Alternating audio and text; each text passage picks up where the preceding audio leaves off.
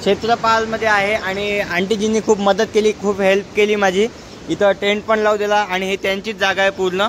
आणि रात्रीला जेवण पण आणलं होतं आणि आता चाय पण आणला होता, तुम्ही पाहू शकता. सो म्हणजे खूप जास्त मदत केली त्या. तर मित्रांनो, या साईडला आहे चमोली आणि तिथून 4-5 किलोमीटर अंतरावर आहे एक क्षेत्रपाल नावाचं गाव आहे. आणि या गावाच्या साईडला एक हॉटेल आहे जे की अभिषेक हॉटेल म्हणून आहे. पण आता त्यांनी बोर्ड नाही लावलेलं, पण ते छापवणार आहे अभिषेक हॉटेल म्हणून. हे वरचा मजला आहे जे की कन्स्ट्रक्शन चालू आहे आणि खालच्या पण मजल्याचं कन्स्ट्रक्शन चालू आहे. पण तुम्हाला इथं रूम अवेलेबल भेटून जाईल. रूम जे आहे एकदम फर्स्ट फ्लोअरवर आहे, म्हणजे एकदम खाली आहे. सो असं उतरून जावं लागते. आणि माझा टेंट पण मी इथं सेकंड फ्लोअरवर लावला होता खाली. तिथं आता गुंडाळलेला आहे, जायच्या तयारीत आहे जोशीपूरसाठी. त्यांच्या रूम्स जे आहे ना एकदम खालच्या फ्लोअरवर आहे. आणि इथून नदीचा नजारा खूप मस्त येतो. अलकनंदा नदी खूप मस्त दिसते खालून. सो तुम्ही तो पण अनुभव करू शकता. त्या साईडनं अलकनंदा नदी आहे. पूर्ण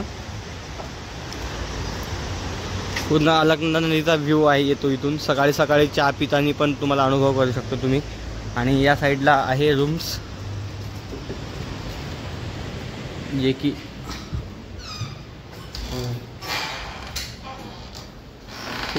चांगल्या फॅसिलिटी दिल्या आहेत. टॉयलेट वॉशरूम इकडं आहे आणि साईडलाच रूम पण आहे. 2 बेड पर्सन आहे नाही? हां, अच्छा. हां, इकडं तुम्ही पूर्ण तुमची टीम घेऊन राहू शकता. बॅचलर्स किंवा बॅचलर्स भी चलेंगे ना यहाँ पे. हां, बॅचलर्स किंवा फॅमिली. या साईडला कपल्स फॅमिली पण चालते.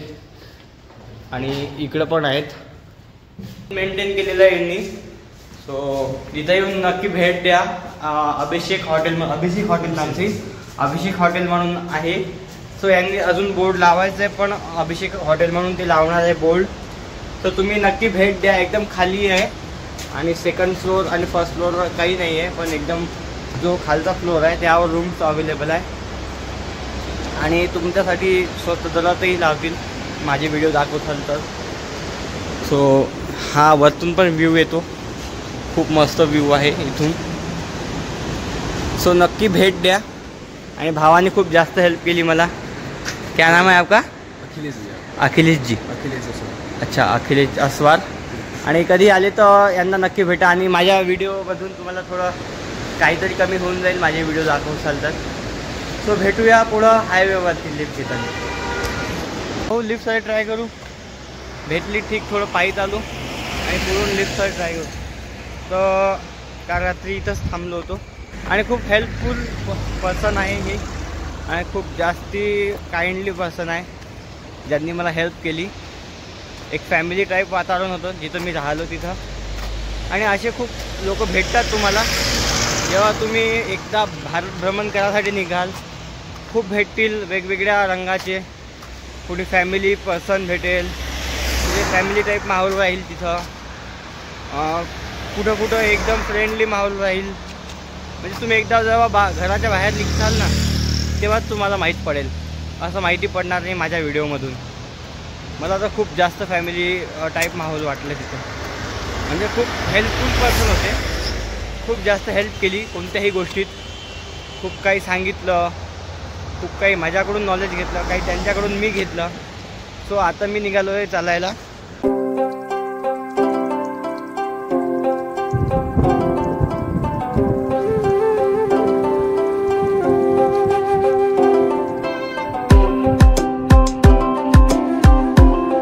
सो मित्रांनो, आता पोचलोय जोशीमठला आणि जवळपास आता वाजत आले 11 वाजत आले. आणि हे आहे जोशीमठ. सो गुरुद्वारा तर जोशीमठला नाही आहे, पुढं आहे. कहाँ पे आगे? गोविंद घाटला आहे. सो पाहू, जमलं तर तिथे थांबू, नाही तर बद्रीनाथला जाऊ. तिथं जाऊन आपला टेंट लावू आणि दर्शन आरामात करू.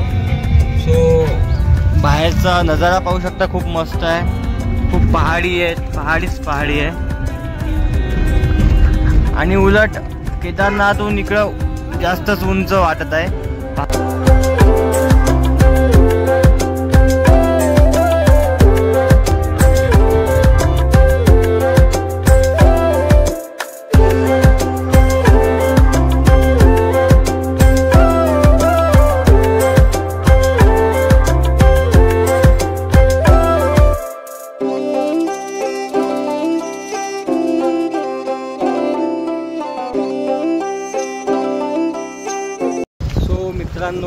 पोचलो आहे बद्रीनाथ आणि जवळपास 1 वाजत आलाय.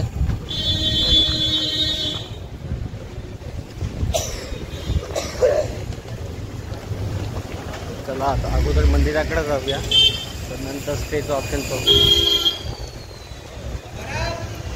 मागचे याचेच आहे, आपण आलोय लवकर. इथून 10 किलोमीटर आहे माणा नावाचं गाव. तिथं पण जायचं आहे, पण अगोदर मंदिरात जायचं आहे. पण खूप जोराचा प्रोग्रेस चालू आहे. इकडं तिकडं बांधकाम चालू आहे.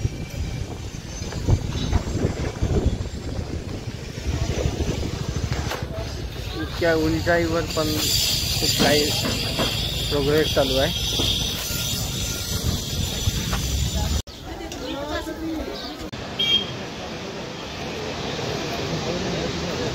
मित्रांनो नमस्कार, स्वागत आहे बद्रीनाथमध्ये.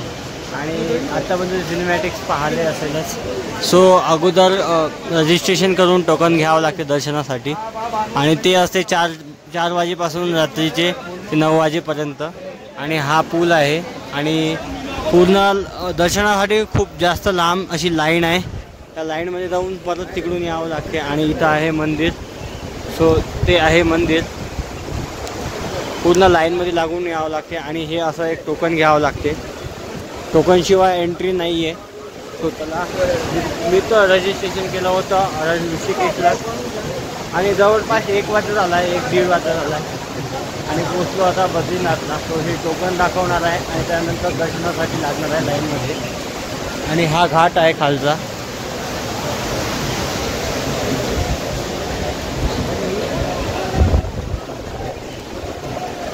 मित्रांनो हा घाट आहे. विचार करतोय की घाटावरच टेंट लावायचा, पण ते दोघं यायचे आहे म्हणून टेंट लावायसाठी थांबलोय.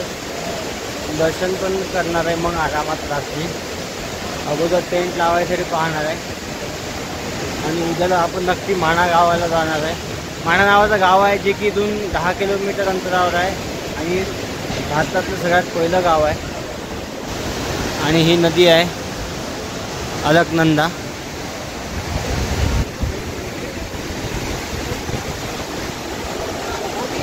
सो मित्रांनो हे पूर्ण जे दिसतंय ना हे गाव, हे पूर्ण बद्रीनाथ आहे. आणि तो रस्ता जो जात आहे ना तो रस्ता आहे माणासाठी.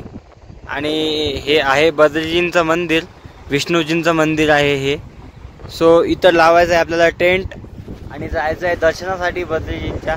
सो आता जवळपास वाजत आले आहे 2-2:30 वाजत आले आहे. तर टेंट लावून दर्शनासाठी जाऊया. आणि दर्शन झालं लवकर पुढं निघूया मानासाठी. माना इथून 4 किलोमीटर आहे. आणि मानाला जाऊन टेंट लावूया माणा गावाला. सो सकाळी जिथून निघालो मी, कोणतं गाव होतं, चिमोली नावाचं गाव आहे, कोणतं तरी जिल्हा आहे, त्याच्यासमोर एक गाव आहे. आणि त्या गावापासून निघालो होतो. तर आता इथं 12:30 वाजता पोहोचलो. सो हे आहे मंदिर आणि इथं लावायचं आहे टेंट. सो चला टेंट लावूया आणि दर्शनासाठी जाऊया.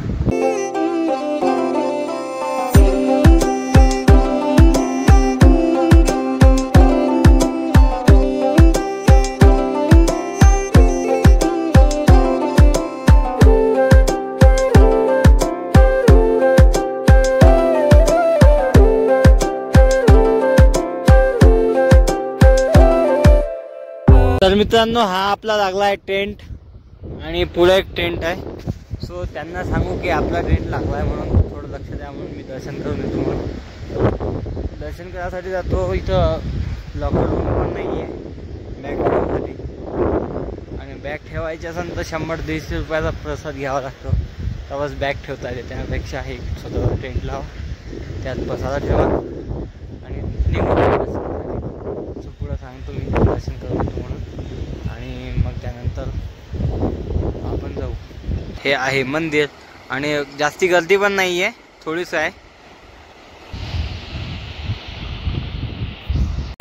सो मित्रांनो खूप जास्त लांब लाईन आहे. कपाट 1 वाजता बंद होत असते आणि 3 वाजता 3:30 वाजता उघडणार असं माहिती झालं. आणि लाईन पण पाहू शकता खूप जास्त मोठी आहे. जवळपास 4 वाजणार आहे दर्शनासाठी. आणि 4 वाजता 4:30 वाजता निघायला लागणार आहे इथून. पाहू किती वाजता निघतो आपण. स्वतःला अजून पण खूप वेळ आहे. 1 hour later.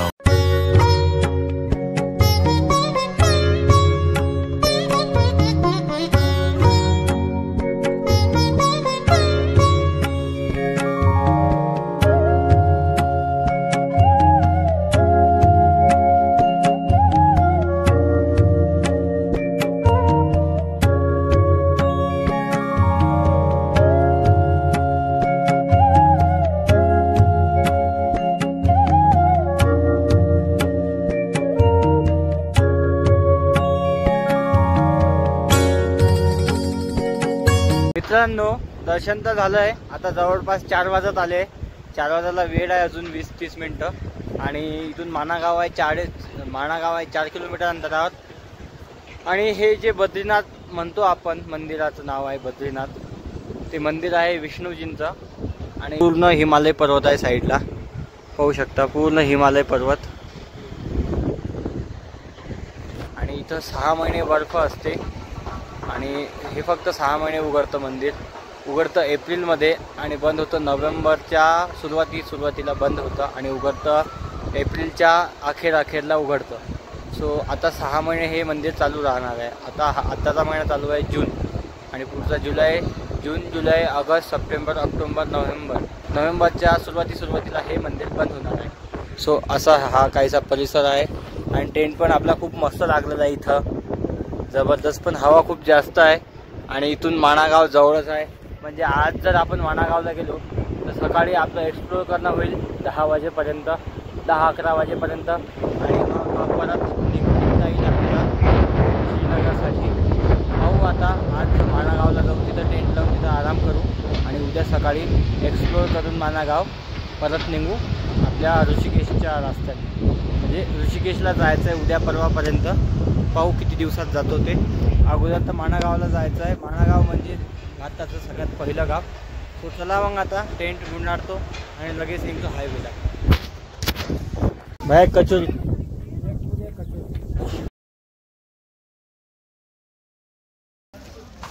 वाजले 4:30. आता आहे हायवेवरती आणि माणागाव आहे इथून 4 किलोमीटर. वाहतूक खूप जास्त कमी आहे. आभाळाचं वातावरण आलंय, पूर्ण आभाळ आलंय. तरी पण पाहतो ट्राय करून लिफ्टसाठी, नाही तर पायी जातो. 4 किलोमीटर जास्ती काही दूर नाही आहे, फक्त माणागाव पोचायचं आहे आज करून काही करून. पण हे व्ह्यू पाहून एक थंडावा वेगळा आहे, झरा वेगळा, धबधबा वेगळा पाहण्याचा.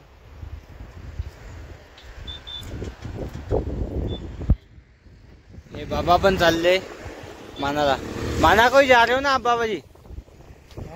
वहाँ देखने जा रहे हो माना को? कितना दूर है?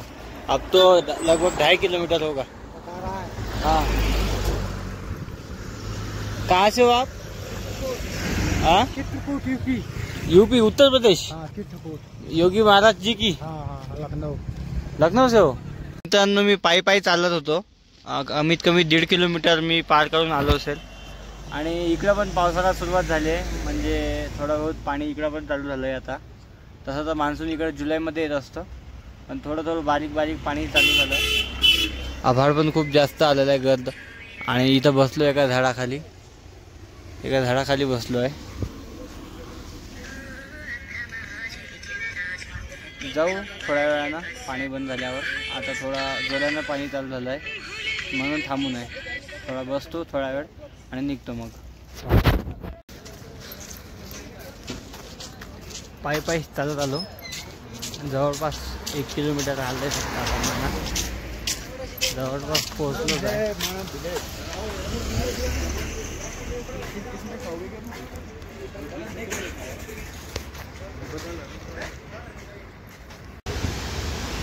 परत एकदा ग्लेशियर पाहायला भेटलं. हे पूर्ण ग्लेशियरच आहे, पूर्ण बर्फ.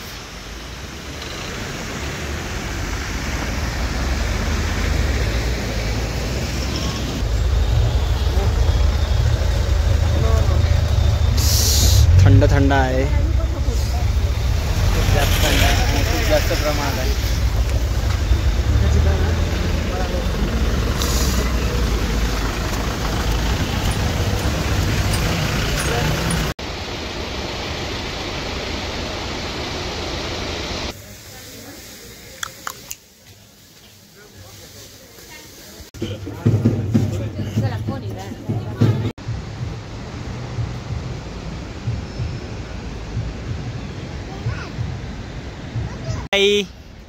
बाय बोल. बाय बोल. बाय. इधर देख. देख. हे बाय.